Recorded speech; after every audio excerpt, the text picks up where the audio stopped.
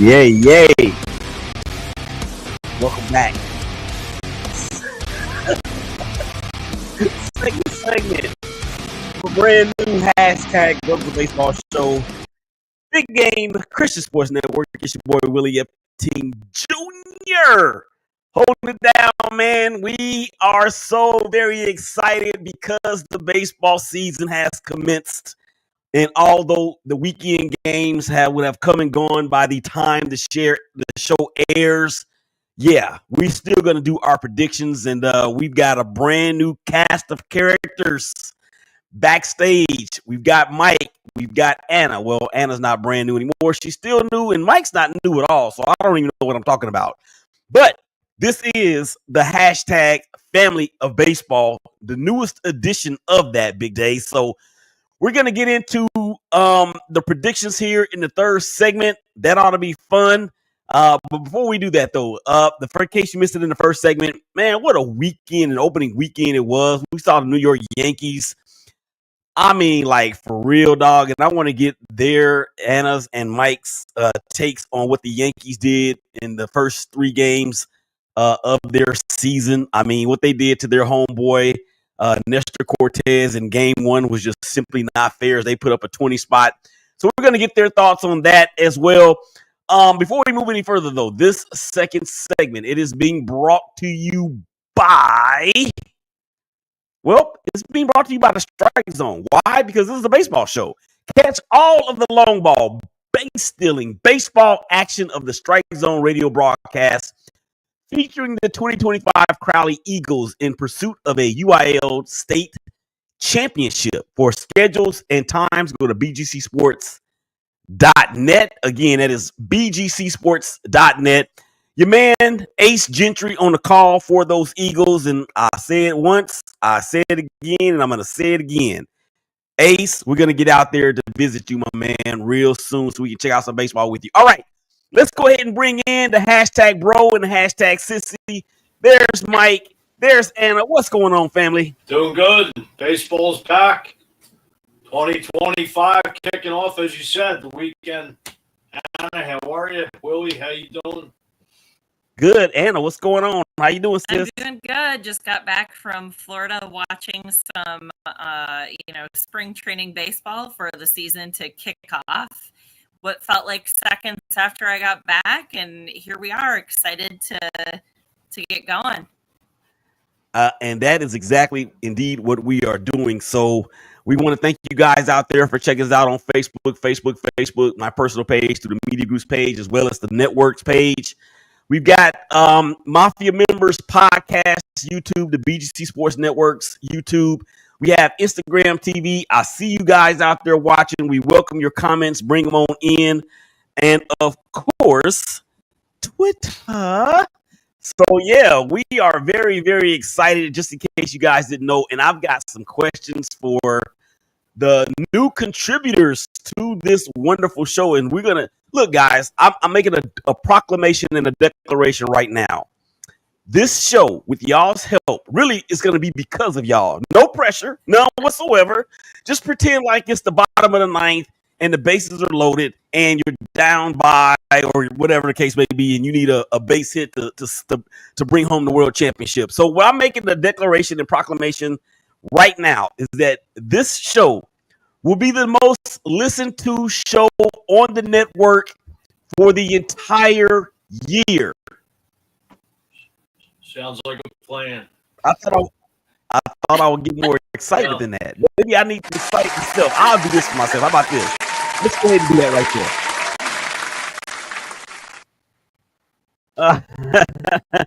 So yeah, no pressure whatsoever. You guys are just gonna do what you do, and I already see great things happening for all of us. So let's go ahead and get into it. Anna, we kind of joked a little bit about before we actually came on air, the Twins.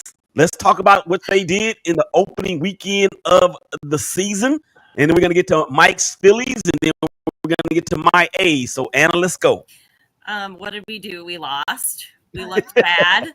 I love spring training, optimistic. Things look pretty good. I know spring training is spring training, but I went watching for, what I feel you should, which is how do the pitches look to the other major league hitters, and how are at bats looking, and those things looked solid. And here we are, and our pitching looks terrible, and our offense is not doing it. And those were my concerns when we talked before. So I guess we'll see. I keep being told it's a marathon, not a sprint. But this is the first time since 2016 the team has started 0-3, and that season they started 0-9. And I don't know that I can take a season again. Last year we had that horrible losing streak towards the start of the season. I don't know that I can take that again and still survive. So we'll see if I'm around next week, and hope we don't have to have like a countdown to when we're going to win our first game. I think you're going to be just fine. I think you're going to be just fine. And I want to ask you guys a question about a similar type of story when it relates to Juan Soto and what the uproar was about what he did or basically didn't do in game 1 against the Astros. All right, Mike, so you are out there in the city of brotherly love. How much love are you showing the Phillies after the first weekend of the new season? 18 runs in the first 2 games. They finally did get on the board, dropping today. There's a lot, to me, there's a lot of pressure on the Phillies. Rob Thompson. This team's regressed over the last 3 years.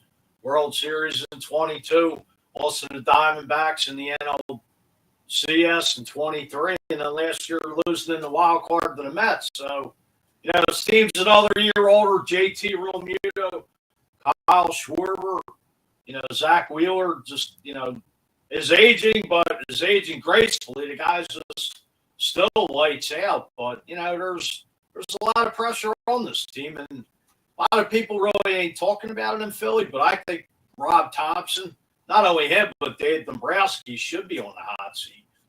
Like as I said, you regressed 3 years in a row, and there's Phillies are one of the top markets in baseball, one of the top, probably in the top 3 in salary, top 5, but there's no excuse for it.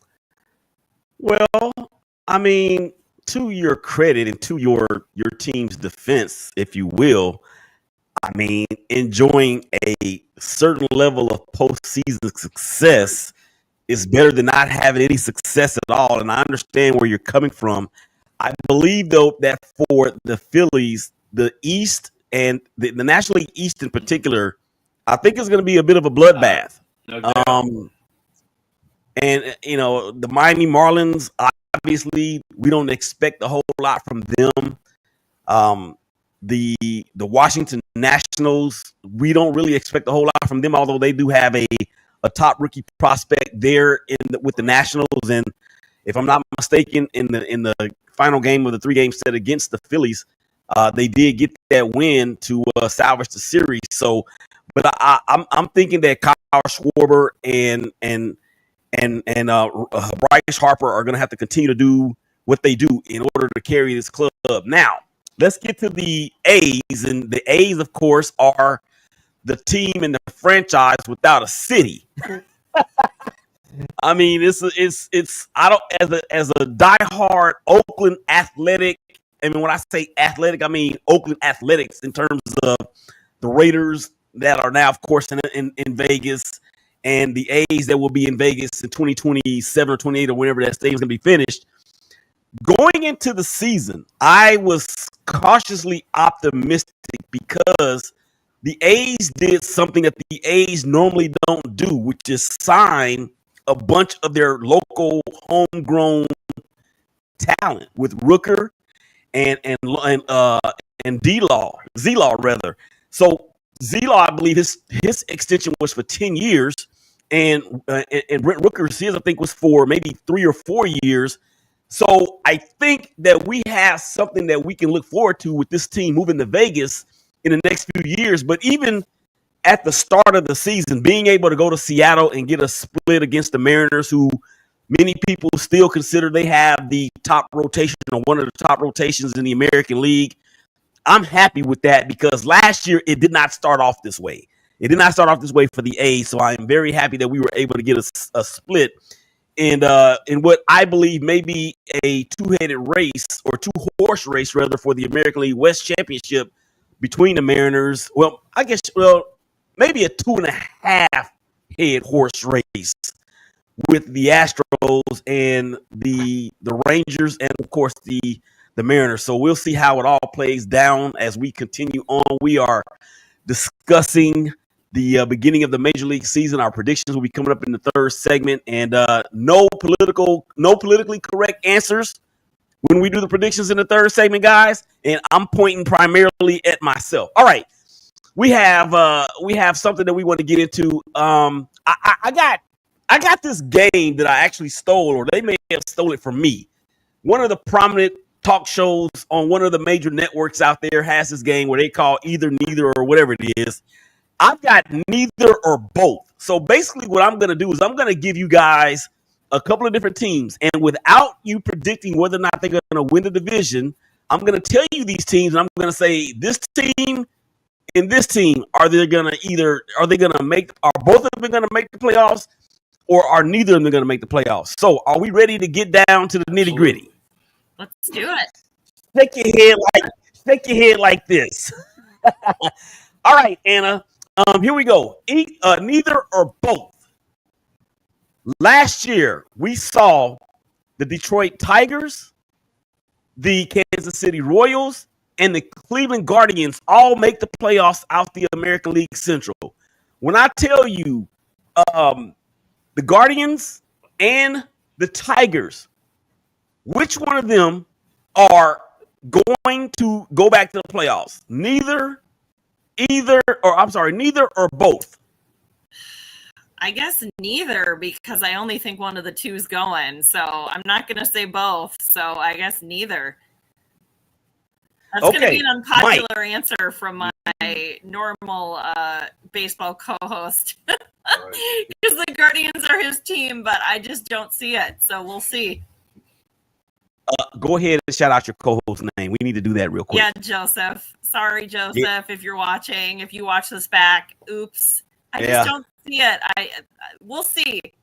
I've been wrong before, and I'm bad at predictions, but well, you know how it is, especially in baseball. We just never know in baseball. I mean, seriously. Okay, Mike, let's go to your division, the National League East. So when I tell you, like last year, it was the Mets, it was the Phillies, and it was the Braves.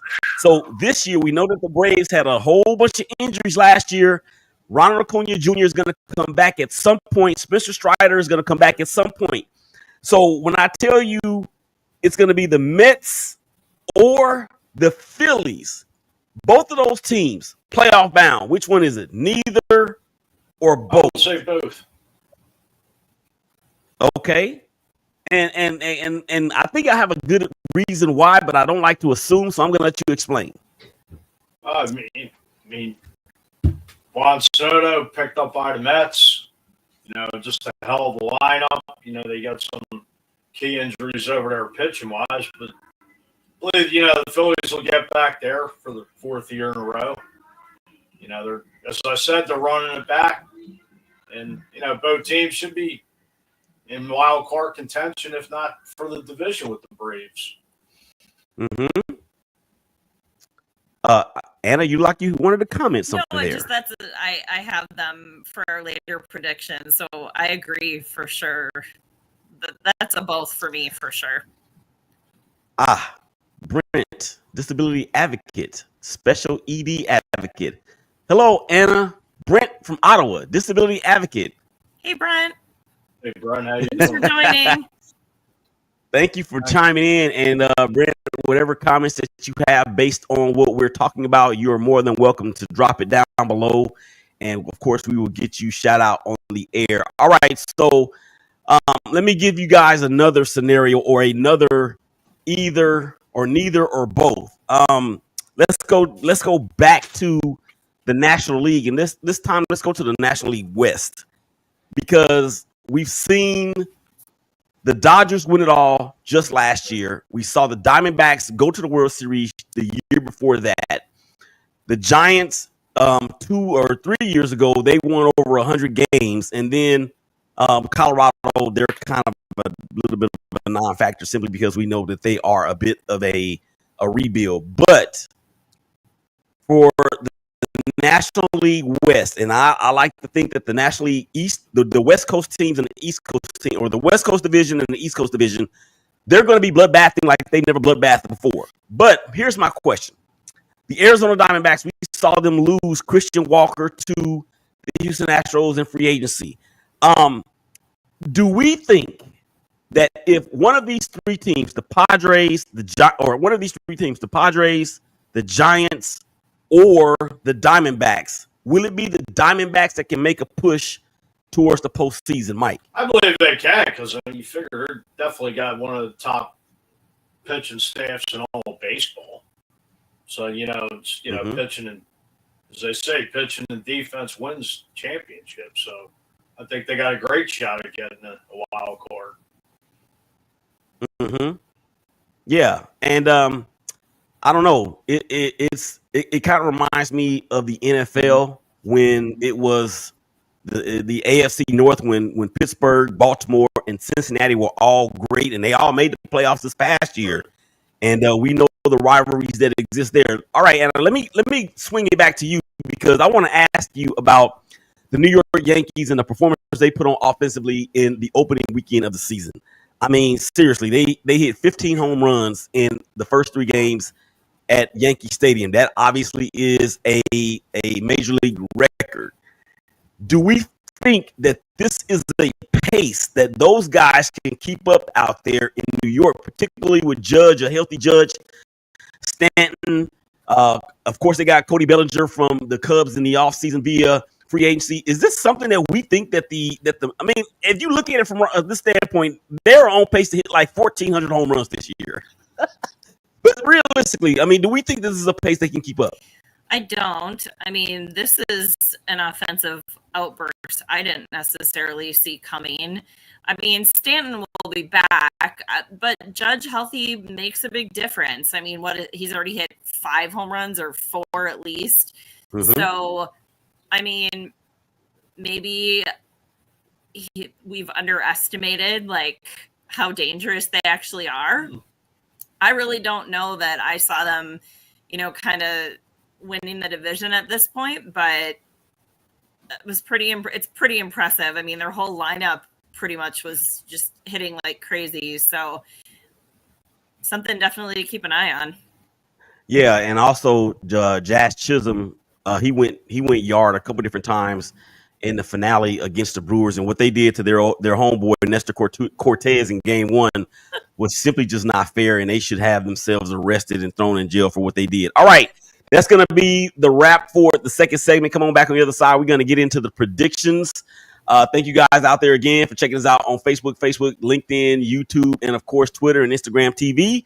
So, with that being said, for Anna, for Mike, we'll be right back on the other side of the break. We're going to get into these predictions.